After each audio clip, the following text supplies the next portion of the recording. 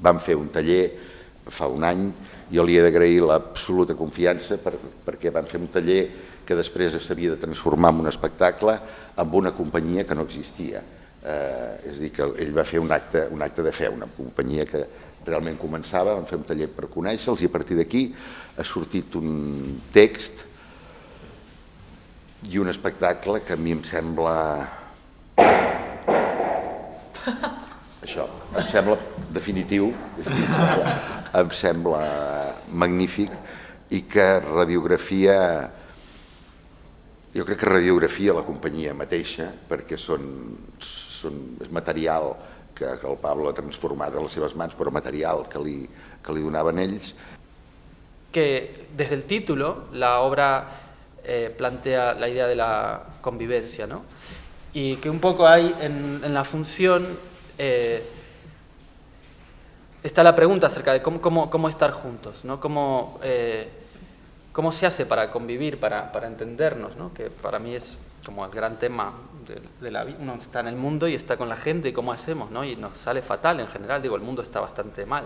En la función hay dos mundos, el mundo de una pareja desde que se muda a vivir un piso hasta que la cosa empieza a ir de a poco cada vez de mal en peor, y otro mundo de un grupo de personas de las que sabemos muy poco porque la función escatima mucha información, que se juntan los sábados, lo que se cuenta en la función es que se juntan los sábados y lo que vemos es que hacen cosas raras.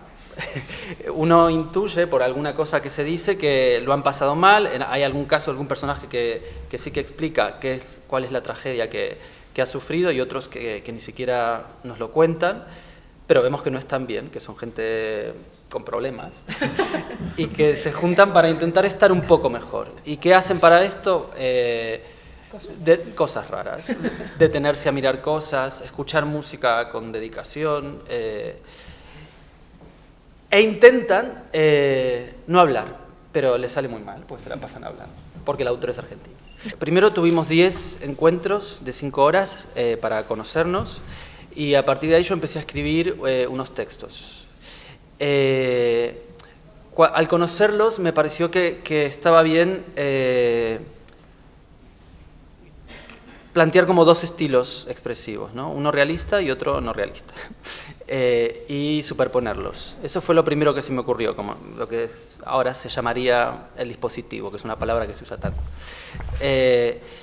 Y a partir de ahí empecé a escribir entonces las escenas para la situación realista, que es la de la pareja, y unos monólogos para la situación que internamente llamamos de los inconsolables, que es la de la no realista, digamos.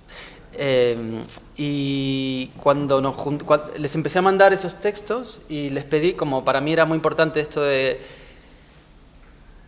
que la ficción estuviera sostenida por el deseo de ellos, realmente de que ellos quisieran decir eso, que eligieran ellos y ellas el material, ¿no? De los monólogos que había, qué les apetecía decir.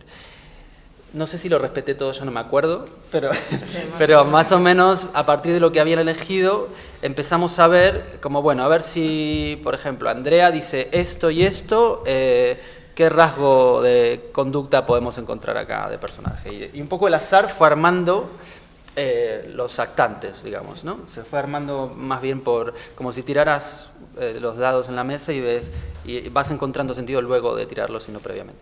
Pieza fundamental del proceso, Marc Artigau, que la verdad fue maravilloso conocerlo y trabajar con él, porque además de que tiene una velocidad que no sé cómo hace para trabajar a las 3 de la mañana, que yo le mandaba una cosa, el otro día ya estaba, nada, es un poeta y es muy fino y fue muy bonito el trabajo con él. Y al final fuimos como editando la cosa un poco entre todos hasta que quedó en lo que es ahora, que es una función de 1 hora 40.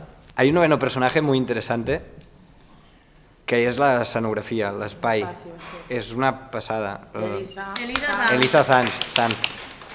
Veureu un espai lliure com mai no s'ha vist abans, o sigui, és un espai lliure que ha crescut, ha guanyat, de sobte dius, però aquesta sala és l'espai lliure? Sí, sí. I he de dir que a nivell visual hi ha fotos penjades i suposo que en el dossier deveu tenir alguna, ajuda molt, molt, molt a crear aquesta atmosfera dels personatges i que al cap i a la fi no deixa de ser el 9è personatge que interrelaciona aquestes dues històries. Pero no digo más, que tenéis que venir.